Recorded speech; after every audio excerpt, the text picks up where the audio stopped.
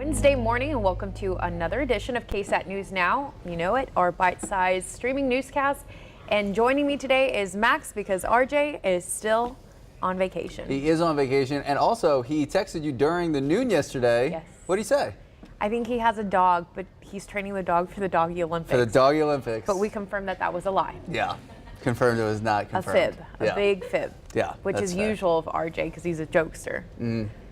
But 2021, so big for so much of the country, still dealing with this pandemic, Yep. but you guys started the show. So what were some of the highlights for your year?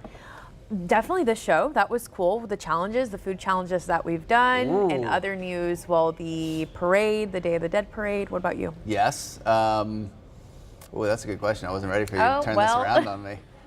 You know, I don't know. I guess kind of getting back to a semblance of normalcy. Yeah, being back. Being back, Spurs getting to shoot on the Spurs court again. Had a 2-year hiatus, which about was it. fantastic. Actually, that was the last time I got to join you on the show. That's So, right. Yeah, That's right. We roasted you a bit here. a little bit, but you Yeah. know, not everyone's an NBA player. You know, we can't do it all. But today we are going to be taking a look back at 2021. Erica Hernandez will join us for the most memorable moments in the courthouse, plus more top stories. That's right. So we're going to be talking about the passing of John Madden. I know it is, you know, so emotional for so many generations of football fans, Yeah. everyone who's ever played the game Madden. Obviously, another big deal falls through for rapper Travis Scott as well. Yeah, but first we want to get to weather. It's still hot, muggy, but you know, same old, but I'm just holding on for the weekend. Yes. I told you yesterday, I already pulled out that jacket and Hang sweater. It's on. on standby. Yes, you will get to wear your jackets and sweaters again. I think some folks are like, all right, well, we're done with the long sleeves for another year. It will get chilly again, I promise, and you'll need the jacket by Sunday. Sunday is the day. Hang on. We had some fog this morning, dense fog in places. That is all starting to clear up now, and it's starting to look brighter and brighter on live cam. So the fog is going away. The clouds will gradually start to go away as well. Currently at the airport, we are getting a bit of sunshine there. We're up to 71, so we spent most of the morning in the mid to upper 60s, starting to warm up slowly. West-southwest winds at about 7 miles per hour, and visibility is at 3 miles. That's okay. It was much lower. At one point this morning, it was down to 0. So fog is going away. Clouds will gradually go away as well. We'll be partly cloudy to mostly sunny this afternoon. I do expect we'll hold on to some clouds for the rest of the day, mainly some high clouds. Mostly clear this evening with temperatures gradually falling into the upper 60s after the sun goes down. Light and variable winds. And you may notice just a brief drop in the humidity later on today through tomorrow morning. Jumping ahead to New Year's Eve, you will not need to bundle up New Year's Eve night because it is going to be overall warm and muggy. Temperatures will be falling from the low 70s into the upper 60s. We'll have an okay breeze out of the south at about 5 to 15 miles per hour and some clouds. So no rain for any fireworks shows Friday nights, but we will have some mid and high level clouds. Jumping ahead again to New Year's Day. So next several afternoons, New Year's Eve, New Year's Day, our highs will be near 80. Way unseasonably warm for this time of year. But notice by Saturday afternoon, there's our cold front. It will be off to our north. So the 1st of January will be a warm day, but things change big time Saturday night. By Sunday afternoon, a lot of us will have a hard time getting out of the 50s as far as temperatures go. So that is going to be a big change. As we get into Sunday night, Monday morning, a highlight here in the forecast is that I am forecasting San Antonio's first official freeze of the season. We've gotten as cold as about 34, but officially at the airport, we have not gotten to freezing just yet. We are way behind schedule on that. So north of this pink line, that's the freezing line. North of the pink line, a freeze will be possible as we get into Sunday night and Monday morning. That's generally north of the Highway 90 corridor. So this could be the first freeze for San Antonio, but parts of the area have already hit freezing even more than once. These highlighted counties that you see here, north of Highway 90, north of this pink line. So Hallettsville, Lavaca County, Gonzales, over to Seguin in Guadalupe County, and then Bexar County. Those are places that have not hit freezing yet. The Hill Country, even Hondo, Castroville, Uvalde County, you guys have already had a freeze this year. But some of our areas, including San Antonio and Bexar County, officially have not hit freezing yet. So if we do get down to that 32-degree mark Monday morning, that would be the first time this season. We'll keep you updated there because it will be, even though it will be a light freeze, you will want to protect your sensitive vegetation outdoors. So, Alicia, Sunday is your day. And really next week will be pretty cool for the first few days of 2022. It'll be a nice Multiple days of long sleeves. It'll be a nice change. December has been so warm, so we're looking forward to it. Absolutely. Thank you so much. All right, with COVID cases climbing, doctors say we are currently in another surge. According to the San Antonio dashboard, the San Antonio City dashboard, there are 294 people who have tested positive in our local hospitals. 86 people are there in the ICU and 37 on ventilators. So this surge is different though because doctors say they expect that we currently have at this point in time 90 to 100% Omicron cases here in Bexar County. Doctors at UT Health San Antonio say we are extremely busy right now with the increase in testing. And guys, if you're watching and you haven't tried to get a test, an at-home test, it is very difficult. Yeah, it's very difficult to find any take-home test. Important to note that more than 71% of Bexar County is fully vaccinated. More than 86% of our local population has at least the first shot. All right, so like we kind of alluded to earlier, it is a sad day for generations and generations of football fans. John Madden, Hall of Fame coach turned broadcaster, passed away at the age of 85 years old. Yeah, that news has shocked so many. I read the statement that RJ shared on his Instagram of Jerry Jones's reaction, and he talks about, you know, just the generations that this man has inspired. And he even said, you know, if there's anyone who lived a large football life, it was Mr. John Madden. So he has died at the age of 85. Yeah, he gained fame in a decade-long stint. Remember, he was the coach of the Renegade Oakland Raiders, making it to 7 AFC title games. He won the Super Bowl in the '76 season. His record, I mean, it is amazing. 103 wins, only 32 losses. More than 75% winning percentage is the best among NFL coaches with more than 100 games. It was Madden's work after retiring from coaching at age 42 that made him truly a household name. He educated a football nation with his use of the telestrator on broadcast, entertained millions with his interjections of boom and doink.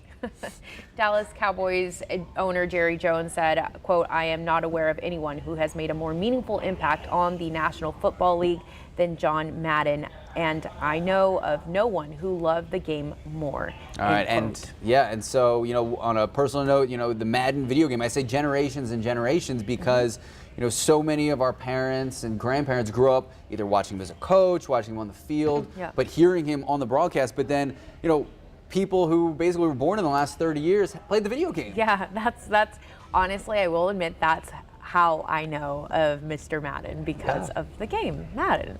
Every year, people, you know, excited, lining up, Christmas. Right. They want the Madden game. But like you said it best, I mean, he educated generations and generations of football fans, of coaches, of players, and we wouldn't be where we are right now without him. So a huge loss for the sport community. And they haven't announced when his services will be or anything like that. Not yet. So we'll keep you updated with that.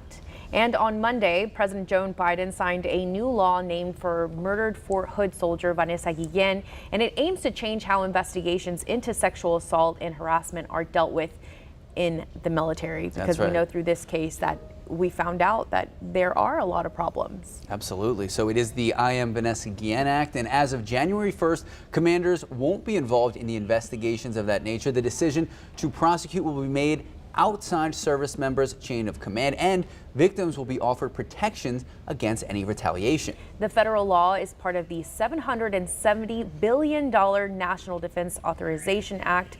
It also shifts prosecution authority to independent prosecutors for offenses including murder, kidnapping, domestic violence, and child abuse. And as Alicia alluded to, the law is named for Houston resident Vanessa Guillen, a 20-year-old Army private first class stationed at Fort Hood. Remember, she disappeared in April of 2020.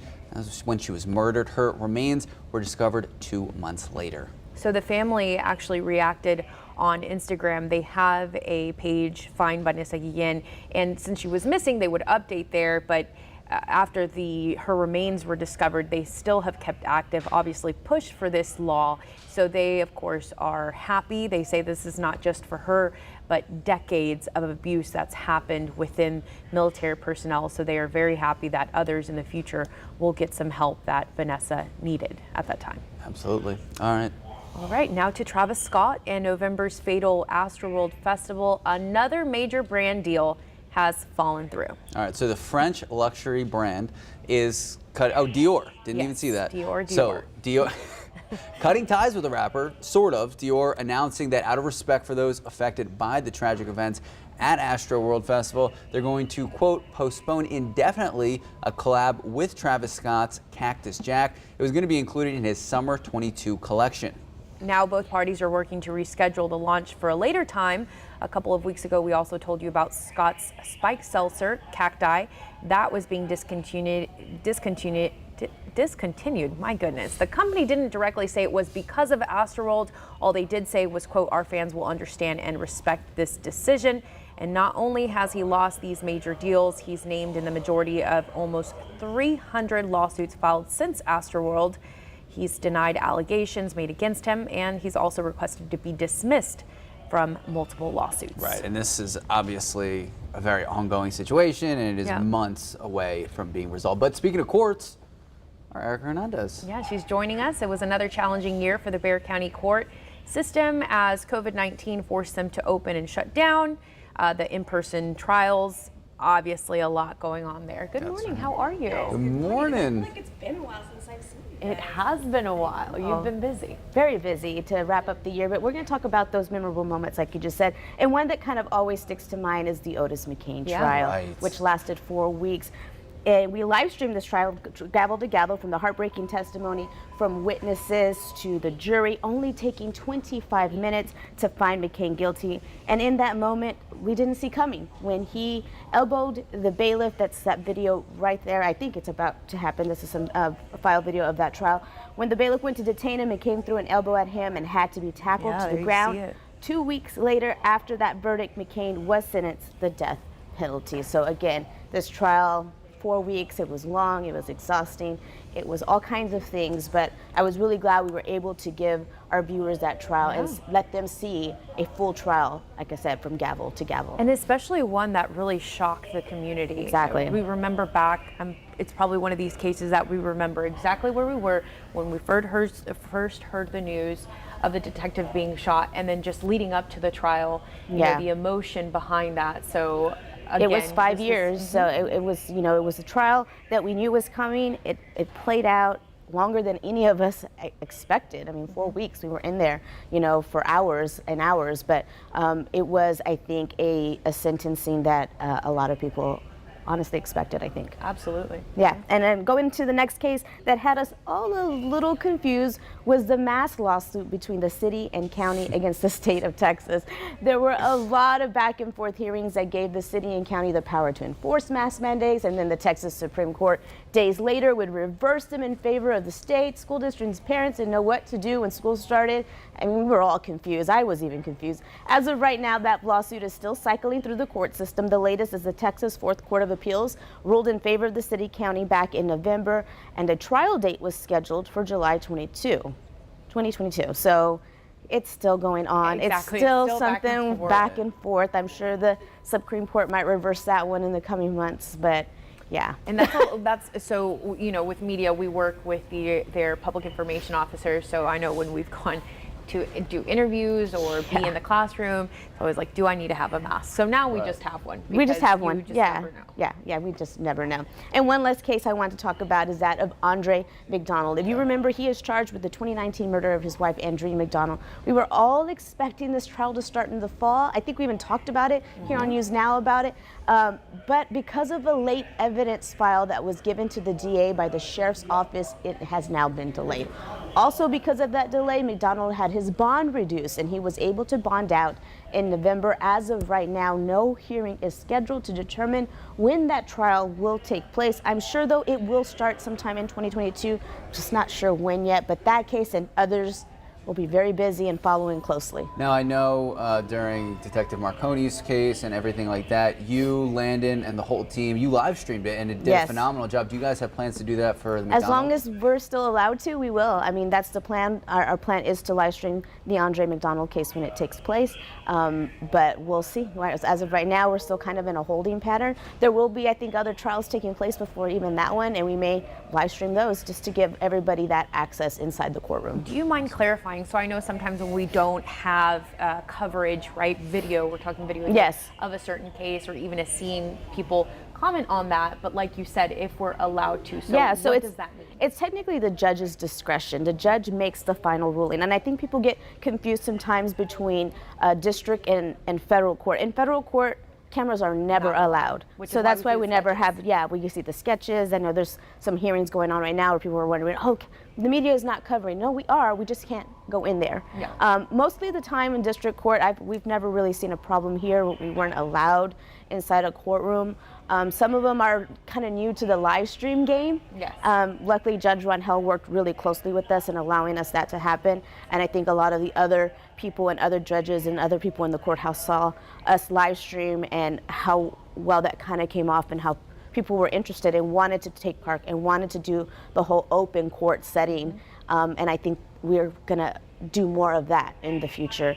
Not every case, because it is a lot. It is a lot of work for us on our end to do the. It takes a whole team, and it can be very long hours. But those cases that are high-profile cases, we're definitely going to want to be in there and live stream them. Well, thank you so much for being here today. We know that you took over the reins of Mr. Paul Venema when he retired, so you've done a great job. Thank you so much, and we look forward to all the court coverage in 2022. And I look forward to be back here on KSAT News Now to talk about it all. Anytime. Thank you so much. All right, so these are just a few of the top stories to come out of the courthouse this year. You can find Erica's full list on our website right now, ksat.com. Max, thank you so much for joining us. It has been an honor. That went by quickly, right? Yeah. Okay, so I just want to look through some of these comments. Most of the people here joining us today are, of course, commenting about Omicron, the difference between, we were talking about this, just different stories. What's the difference between, how do you know if it's just allergies or if you have a flu or if you're really with COVID? Obviously, the best way is going to be a test, but even then, we know false. Right. Findings. So what I've seen from the at-home tests is at most it'll be a false positive. Very have you done rarely. at home? Oh yeah. I have not. Yeah. See, that's one thing that. So I've seen my family. We saw my girlfriend's family, and so she has, I think, an 83-year-old grandma. So we were as cautious as possible. My mom's a little neurotic about all of it. So like when we go, we were but we had tests. Mama Massey, I would say careful. But before all of the lack of testing, before it was a hot commodity, HEB, and credit to them, a few months ago, they had bins of the at-home tests. I mean, even just walking through HEB or any grocery store, I don't remember there being lines. No. So this is just all changed so quickly. People, of course, on edge, others experiencing those symptoms. The changes this week with the CDC from 10-day quarantine to 5 if you're asymptomatic. That's the big stipulation. So a lot of confusion there, but asymptomatic, you only have to quarantine 5 days, and then the CDC recommends that you still wear your mask 5 days after that if you're going to be around people. And the logic behind that is they said the transmissibility peaks in the beginning of symptoms, in the beginning of the virus. Yeah, so a lot of changes there. We plan to keep you updated with that. You can also head to ksat.com. We have plenty of very well-written and explained articles there for you. Max, again, thank you so much for joining us. It's been an honor. In the absence of RJ. Again, I'm very bitter that he's on this long vacation. Apparently. We'll see you tomorrow at 11 a.m. Take care.